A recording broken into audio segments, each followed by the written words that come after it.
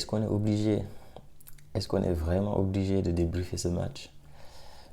Real Madrid-Getafe, derby de Madrid. On s'attendait à un match dégueulasse. Tout le monde s'y attendait parce que c'est Getafe en face et tout le monde sait comment joue Getafe.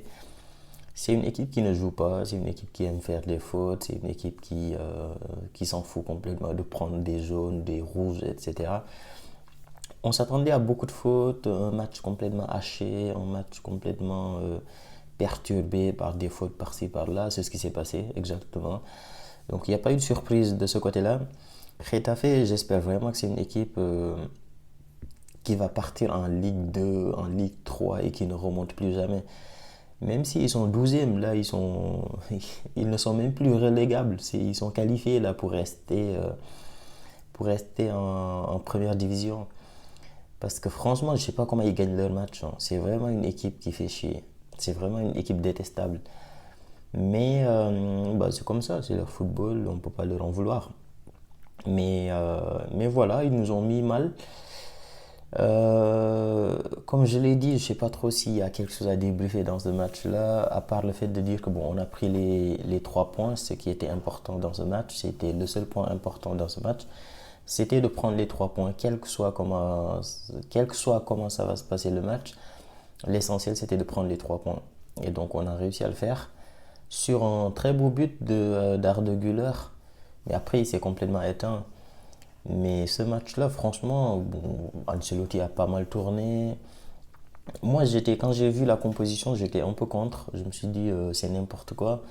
Parce que contre Bilbao, on a rejoué un peu en 4-4 de losange. C'était pas mal, franchement, c'était pas mal le 4-4 de losange contre Bilbao.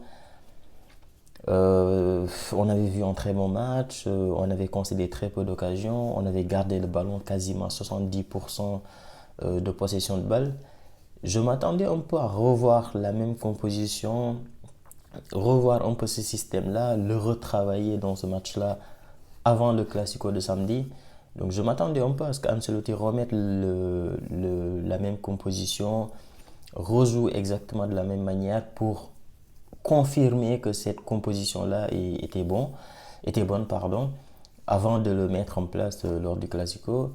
Mais il a décidé de tourner en se disant que bon, ok, vu que je pense ce qu'il s'est dit, c'est que en face, c'est Getafe, c'est une équipe qui joue de façon dégueulasse. Donc, il a décidé peut-être de mettre les titulaires sur le banc pour éviter des blessures, etc. Bon, malheureusement, au final, on a eu une blessure, Kamavinga, qui s'est fait mal aux adducteurs. Adducteur comme ça, sur une action comme ça, j'ai bien peur que fin de saison pour Kamavinga. Très souvent, des blessures comme ça, c'est 3 semaines, voire 4 semaines de repos. C'est pas des blessures très graves, mais c'est une contraction très souvent de l'adducteur. Et quand tu le contractes comme ça, l'adducteur, c'est très compliqué de revenir une semaine après. Si c'est ça, j'ai bien peur que fin de saison, parce que ça va partir sur 3 semaines, voire 4 semaines de repos. Mais voilà, le seul point positif de ce match-là, c'est Arda Güler qui a réussi à mettre son but. Hendrik qui a été titularisé, qui était pas ouf, franchement, il n'a pas fait un très bon match. On l'a quasiment pas vu, à part une ou deux occasions. Vinicius, allez, j'allais dire j'ai aimé son match, mais à moitié. Parce que je trouve que depuis 2 matchs là, il essaye beaucoup de choses, mais en même temps, il garde trop la balle. En fait, il garde trop le ballon. Et parfois, il y a des actions où tu te dis, mais mon gars, donne la balle. En fait, il y a des actions, autant t'es à 1 contre un sur un contre-attaque, etc. Tu peux essayer de dribbler, moi j'ai aucun problème avec ça. Mais parfois, il revient vers le milieu et tu as un joueur en face de toi, donne-lui. Ça sert à rien d'essayer de dribbler, de rentrer, etc. Et tout. Tu vas te faire blesser, on va te tacler, tu vas te blesser pour rien du tout. Parfois, je trouve qu'il garde trop la balle. Et franchement, ça vaut pour le coup. Et en plus, très souvent, il fait ça. T'as le joueur qui est derrière lui, qui le pousse, qui lui met des coups, des coups, des coups, et après au final il finit par donner et tu perds du temps pour rien du tout. Donc pas un match mauvais, mais pas un match ouf non plus. Chouameni au milieu, bon c'était solide. La défense, pareil, c'était correct.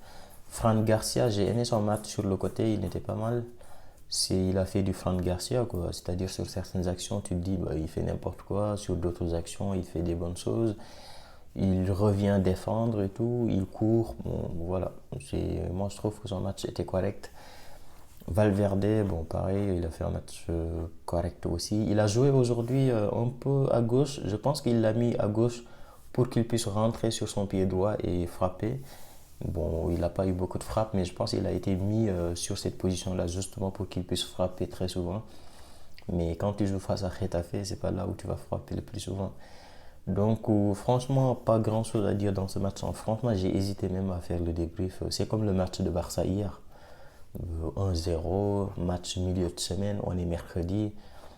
Tu vas pas te faire chier à faire des débriefs sur des matchs où victoire 1-0, il n'y a rien à dire. Voilà. Donc, seul point positif, bah, on a pris les 3 points, c'est ce qu'il fallait faire.